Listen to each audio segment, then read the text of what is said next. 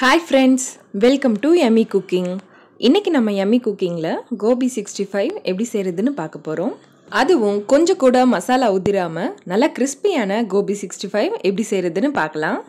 அதுக்கு முன்னாடி இந்த வீடியோ உங்களுக்கு பிடிச்சிருந்தா மறக்காம நம்ம Yummy Cooking சேனலை சப்ஸ்கிரைப் பண்ணிக்கோங்க. கூடவே பெல் பட்டனை கிளிக் பண்ணிக்கோங்க.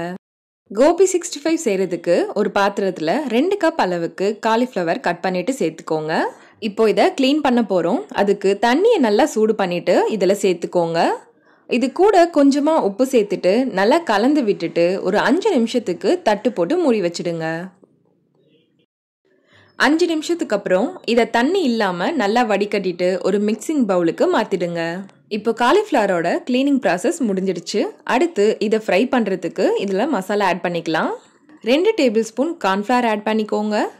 2 டேபிள் ஸ்பூன் மைதா ஆட் பண்ணிக்கோங்க. 1 டீஸ்பூன் மிளகாய்த்தூள் ஆட் பண்ணிக்கோங்க. நல்லா கலர்ஃபுல்லாக வேணும்னா காஷ்மீரி சில்லி பவுடர் ஆட் பண்ணிக்கோங்க. இது கூடவே 1/2 ஸ்பூன் கரம் மசாலா, 1/4 ஸ்பூன் மஞ்சள் தூள், 1 ஸ்பூன் இஞ்சி பூண்டு பேஸ்ட்டு, தேவையான அளவுக்கு உப்பு சேர்த்துக்கோங்க. இப்போ இதையெல்லாம் ஒன்றா கலந்து விட்டுட்டு கொஞ்சமாக தண்ணி ஆட் பண்ணிக்கோங்க. தண்ணி அதிகமாகிடக்கூடாது. ஸோ கொஞ்சமாக தண்ணி ஆட் பண்ணி இதை நல்லா மிக்ஸ் பண்ணி விடுங்க. இதில் இருக்க மசாலாலாம் நல்லா காலிஃப்ளவரில் ஸ்ப்ரெட் ஆகிற மாதிரி மிக்ஸ் பண்ணி விடுங்க.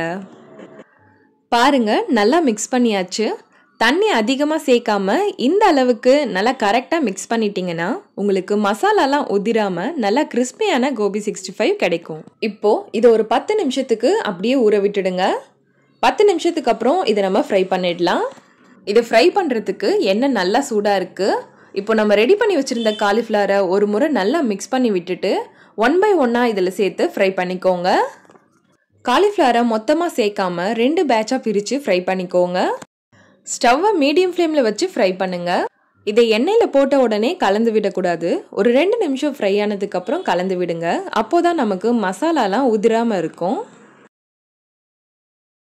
காலிஃப்ளவர் நல்லா கலர் சேஞ்ச் ஆகிட்டு கிறிஸ்பி ஆகிற வரைக்கும் ஃப்ரை பண்ணி எடுத்துக்கோங்க. இப்போ பாருங்கள், காலிஃப்ளவர் நல்லா ஃப்ரை ஆகிட்டு கலர் சேஞ்ச் ஆகிடுச்சு.